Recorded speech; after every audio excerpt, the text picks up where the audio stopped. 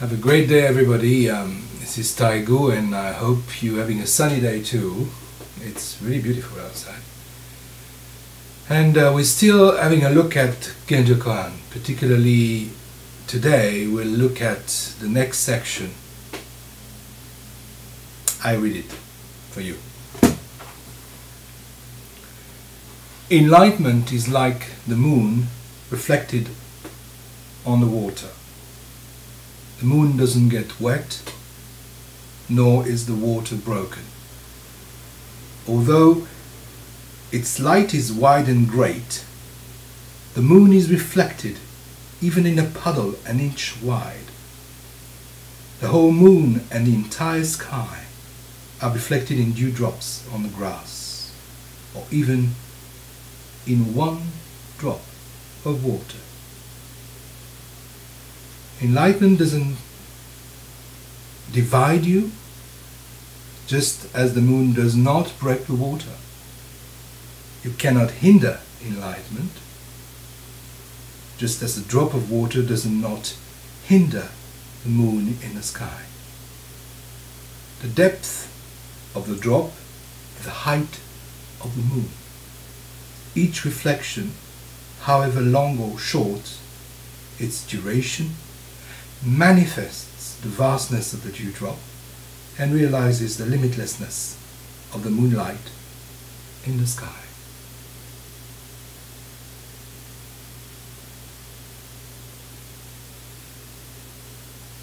Enlightenment is like the moon reflected on the water.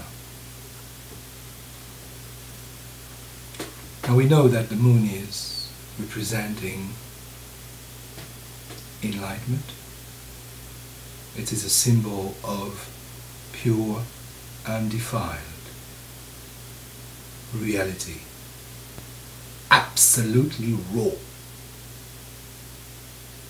shining, but not like a blazing sun, caressing, pervading, touching all things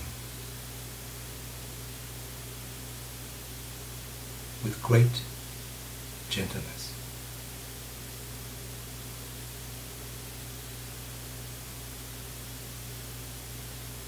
For Dogen, the moon is an important symbol. This particular shape appears in many of his poems and many of his chapters of Shombogenzo. He's got even an whole chapter, Tsuki, which is about the moon.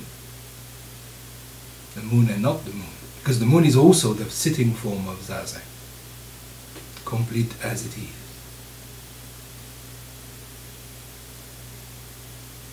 So what is a dewdrop?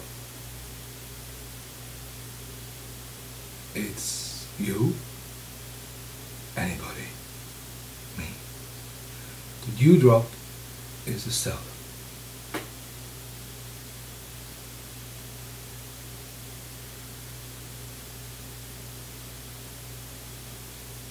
However limited we are, however imperfect as a dewdrop, we can reflect the moon light and therefore display its brightness.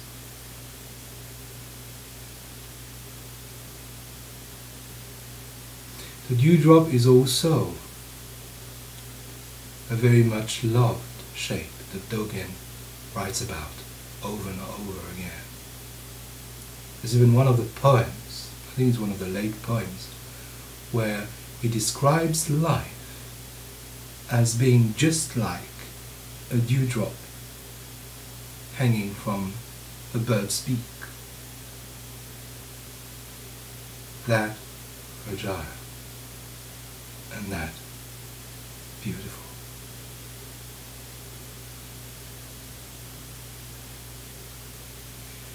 So one of the core teachings of this section is no matter what, how imperfect we are, because we are all, we've got flaws. You have, I have, everybody does. it doesn't really matter. Our practice doesn't have to cut flaws, eliminate imperfections. This is a wrong understanding of shikantaza.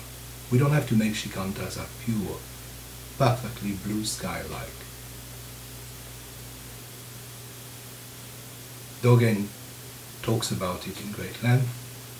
Jundo is a very, very good teacher in that respect, because he points out constantly that however you're sitting is like, it's okay. We don't have to feel judgmental about how we are, how we sit.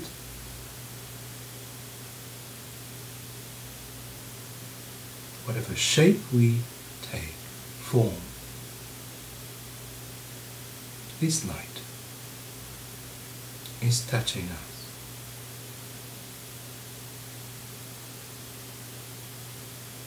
This light is unconditional. It doesn't go for the pure dewdrops and rejects the muddy one. We are now facing an understanding which cuts through a very traditional way of looking at Buddha nature in many, many Buddhist schools.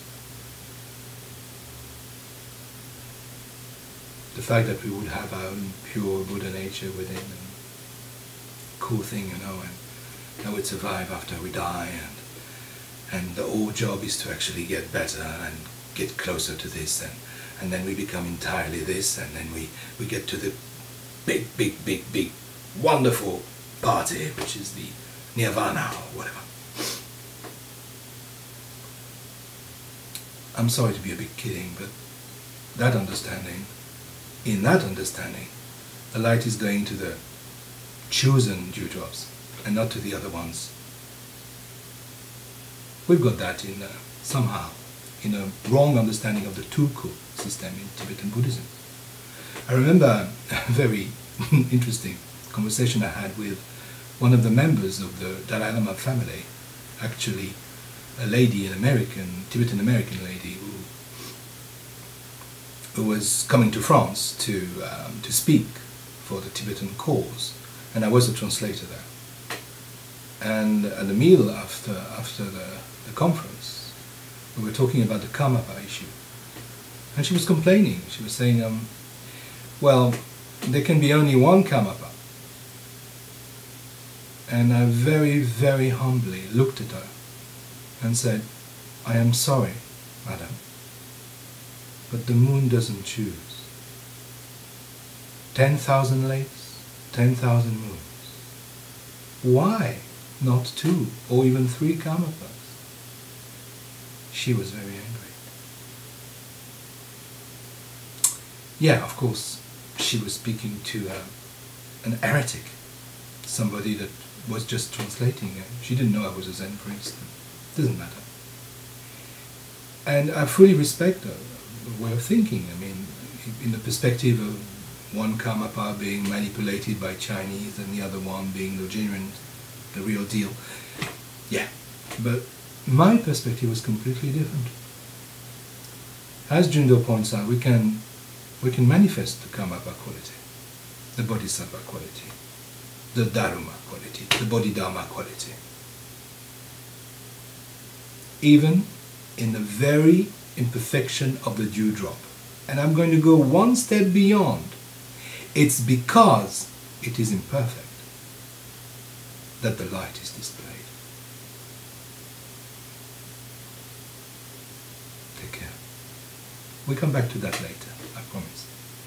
And sorry for my broken English sometimes. You know, I have to improvise my words and it's not always there. Okay. Have a great day. Have a great sunny day. Bye-bye.